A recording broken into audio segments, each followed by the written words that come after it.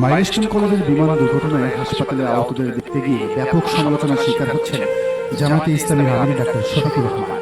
BNP বিশেষ করে ছাত্র দলের নেতাকর্মীরা তাকে গালিগালাজ করছেন প্রকাশ্যে সোশ্যাল মিডিয়ায়। বিষয়টি নিয়ে নিউজ করেছে বিবিসির মতো মিডিয়া। জামায়াত আমিরকে বলা হচ্ছে ফুটেজ, কিন্তু এই সমালোচকরা কি জামায়াত আমিরের অতীত জানেন? না জানলে মনে করি, পঞ্চগড়ে যখন লঞ্চ ডুবে ৮০ জন মানুষের মৃত্যু হল, ডাক্তার শফিকুর রহমান সেখানে ছুটে গেলেন। প্রত্যেক পরিবারকে কোনো ফুটেজ ছাড়াই ২৫ লক্ষ টাকা সমানভাবে ভাগ করে দিয়ে আসলেন। সেখানে একজন এতিম শিশু সারা জীবনের দায়িত্ব নিলেন। চট্টগ্রামের অগ্নিকাণ্ডে নিহতদের সাথে দেখতে গেলেন।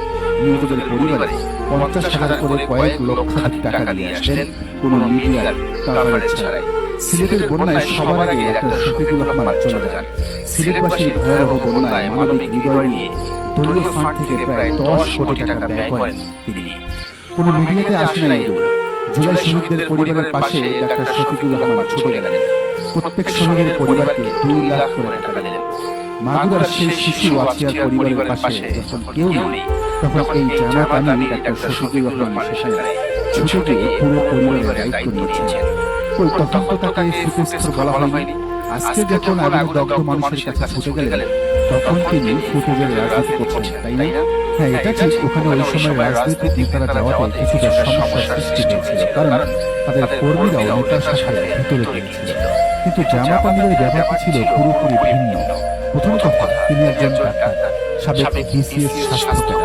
দ্বিতীয়ত, তিনি আরেকটি বড় কাজ করেছেন সেখানকার পরিস্থিতি বিবেচনায়। জানলে অবাক হবে, এই ঘটনায় ডাক্তার শফিকুর রহমান নগদ ৫০ লাখ টাকা ইবনে সিনা এবং ইসলামী ব্যাংক হাসপাতালের ২২টি শাখায় বিনামূল্যের চিকিৎসার সুযোগ এবং ২০ জন প্লাস্টিক সার্জন নিয়োজিত করেছেন দগ্ধদের সেবায়। তাছাড়া এমন পরিস্থিতিতে হাসপাতাল কর্তৃপক্ষের মনে প্রশ্ন আসতে পারে, হাসপাতাল যদি রোগীদের চিকিৎসা দেয়, ঔষধ দেয়, তবে সেই বিল পরে পরিশোধ কে করবে?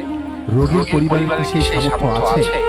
এ সময় কোনো ব্যক্তি বা দল যদি পাশে থাকে, এটা অবশ্যই বড় ধরনের সাপোর্ট।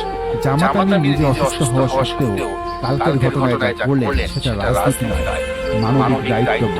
দর্শক, আপনারও কি তাই মনে হয়? জানান কমেন্টের ঘরে। আর এই চ্যানেল নতুন হলে অবশ্যই চ্যানেলটা সাবস্ক্রাইব করে বেল আইকনটি বাজিয়ে রাখুন।